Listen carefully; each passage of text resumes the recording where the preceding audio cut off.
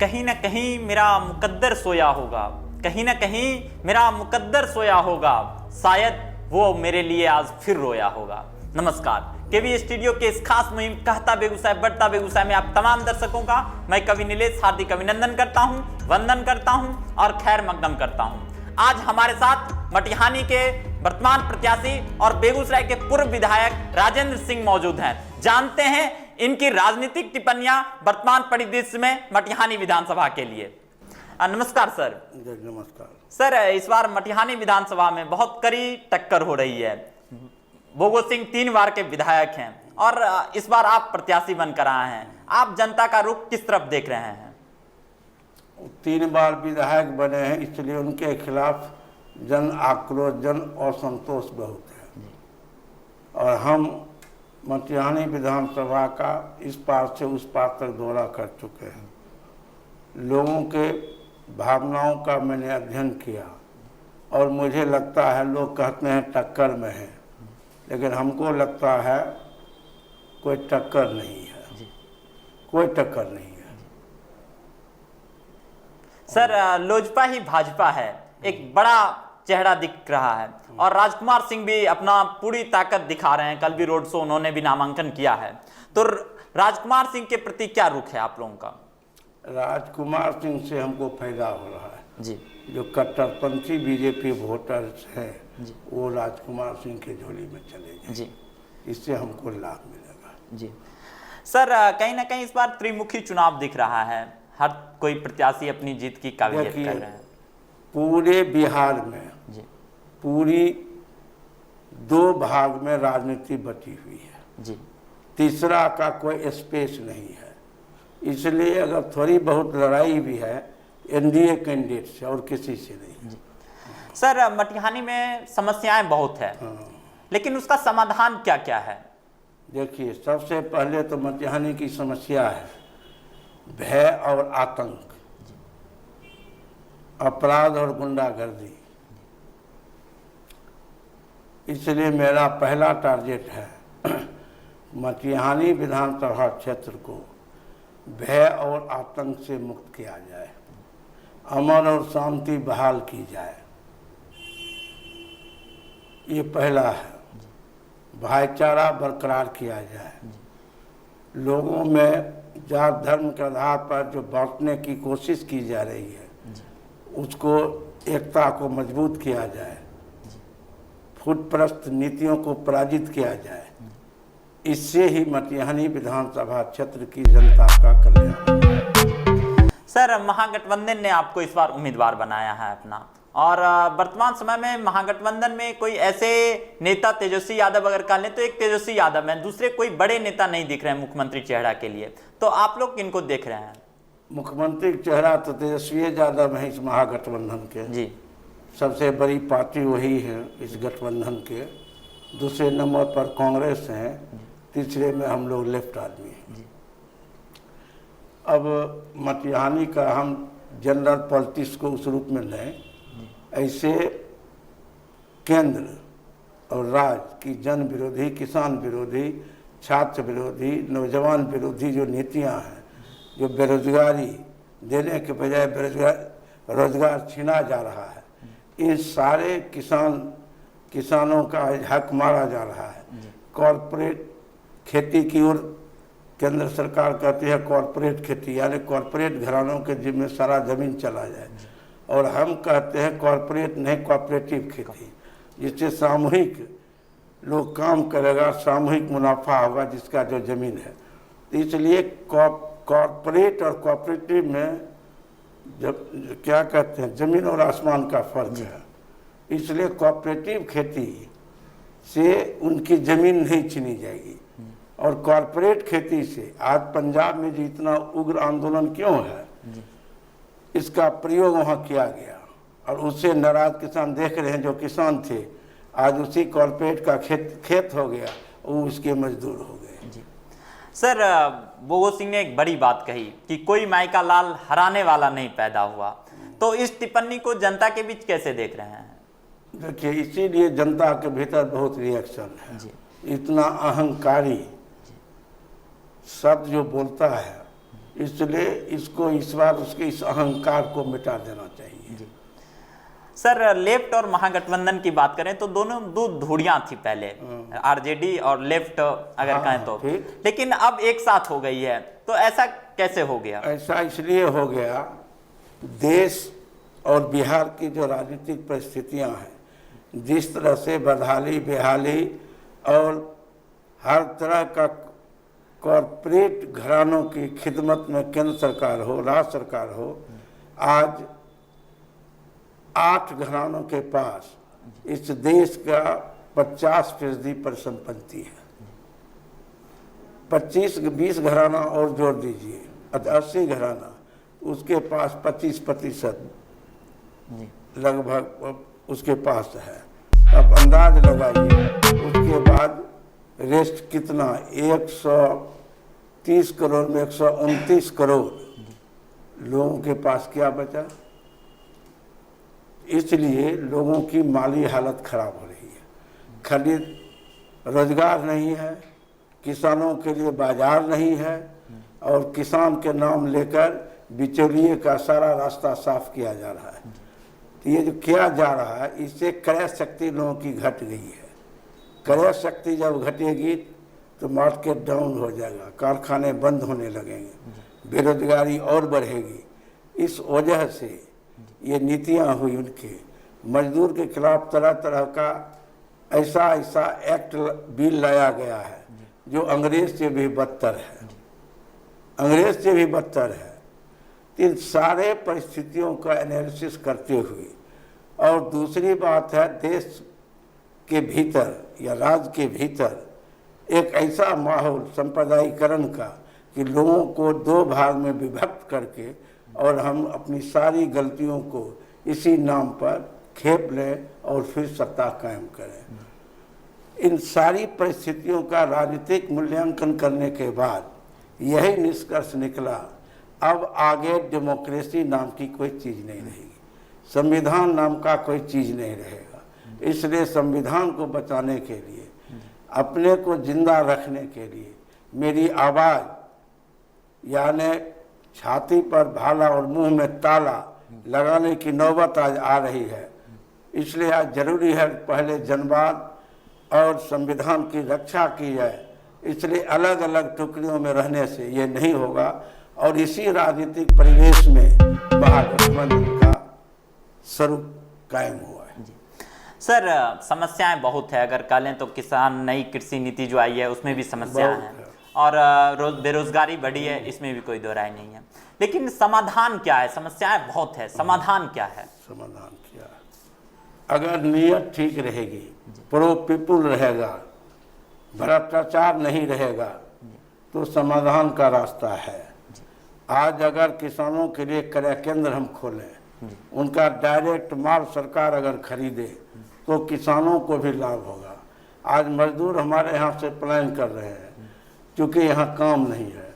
अगर हम क्या कहते हैं, महात्मा गांधी रोजगार योजना जो है, अगर उसको सही ढंग से धरातल पर और उसको खेती के साथ भी जोड़ दें कि किसानों के खेत में भी इस योजना का हो, ताकि मजदूरों को काम मिले और किसानों का क्या कहते हैं जमीन का लाभ मिले। तो इस तरह की जो योजनाएं हैं, और उससे ही रोजगार जब तक सृजन नहीं होगा तब तक समस्याएं दूर नहीं हो सकते हैं। लोकल कुछ समस्याएं हैं, जैसे कसाहा दियारा का, रामदरी के किसानों का या दूसरे अलग अलग के किसानों का 600 एकड़ उपजाऊ जमीन थर्मल में सरकार कहती है हम एक्वायर करेंगे। आंदोलन बहुत हुआ, कॉमरेड शत्रुघ्न सिंह के नेतृत्व में हम थे, श्याम बाबू एक रामदरी के सयानारा होटल के मालिक थे, और बहुत सारे लोग थे उसमें शामिल, मगर आज तक उसका कोई समाधान नहीं हुआ। कुछ एग्रीमेंट भी हुआ लेकिन वो लागू नहीं हुआ। तो हम इसको एक प्राथमिकता के रूप में रख रहे हैं कि हम जनता के सहयोग से, आंदोलन से, और आने वाली सरकार जो हमारी ही सरकार बनेगी तो आसान होगा कि रामदरी के किसानों को ज़मीन वापस किया जाए। जबकि लोकल किसान जिनका ज़मीन बंजर हो गया है थर्मल की वजह से वो किसान ज़मीन देने के लिए तैयार हैं, लेकिन वो ज़मीन नहीं ले रही है। ये बहुत ही बड़ा सवाल है। उसी तरह से आईओसी ने सड़क के लिए ज़मीन छोड़ दिया था राजापुर अगरबल के गांव के लिए, मगर बीएमपी अतिक्रमण किए हुए है। विमल कीर्ति सिंह कलेक्टर थे, मैं बहुत इनिशिएटिव लिया था, उसमें मैं विधायक था, एग्रीमेंट भी हुआ, लेकिन अतिक्रमण मुक्त नहीं हो सका। मटिहानी में कहीं डिग्री कॉलेज नहीं है, हमको लगता है इंटरो कॉलेज नहीं है, तो उसकी ओर हमका ध्यान जाएगा कि ये इसकी स्थापना यहाँ हो। और गाँव बहुत तरह के जो समस्याएं हैं लोकल जहाँ जो आएगा उसके प्रति ध्यान देकर, सबसे विकास का जो लूट हो रहा है, इस विकास के लूट को रोकने के लिए हम जीतेंगे ही। और हमारा यही ध्यान है कि गांव-गांव में एक विकास कमेटी बनावें, उसमें योजनाओं का चयन करें और फिर जनता से उसकी स्वीकृति लें।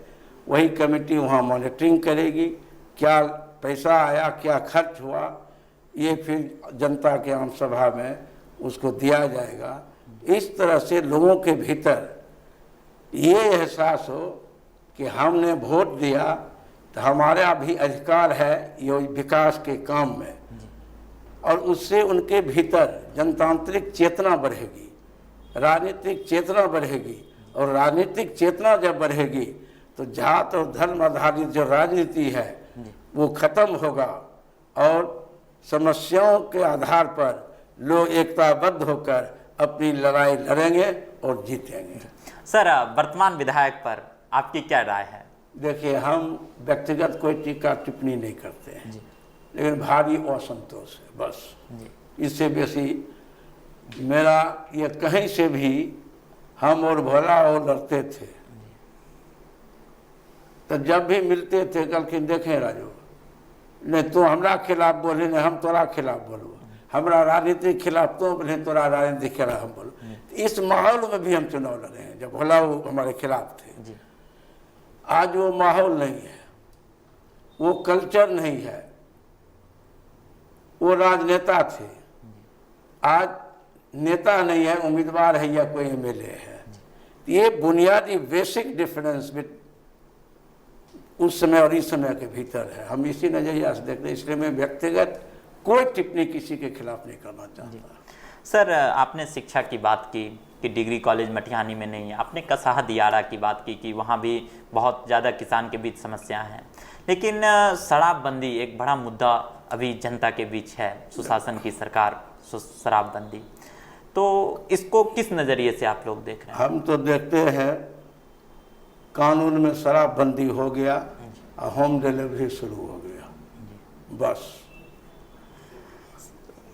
सर, मटिहानी की जनता शिक्षा की बात अगर करते हैं तो मटिहानी में बहुत सारे प्राइवेट स्कूल हैं और हर बच्चे वहीं जाते हैं। अब सरकारी स्कूल के बीच लोग का आकर्षण कम हो गया है। वो इसलिए हो गया है कि सरकारी स्कूल में ज़्यादा समय खिचड़ी में लग जाता है और लोगों की इस वजह से लोगों की मेंटलिटी हो गई है।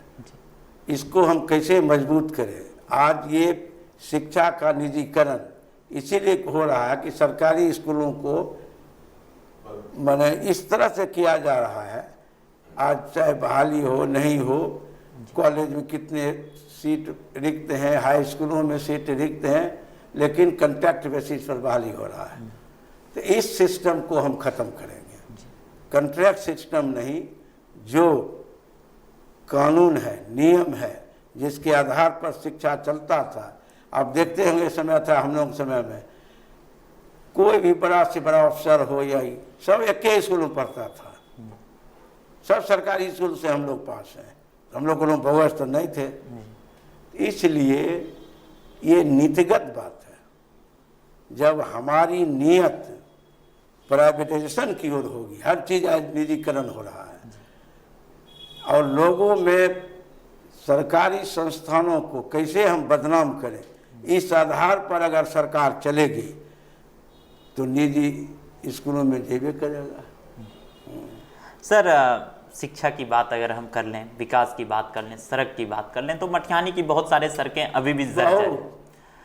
तो मटिहानी में दो चीज़ और कमी है जी, एक है जो कटाव है, लोग विस्थापित होते हैं, विस्थापित लोगों को फिर पुनर्वासित करने में उस रूप में ध्यान नहीं है।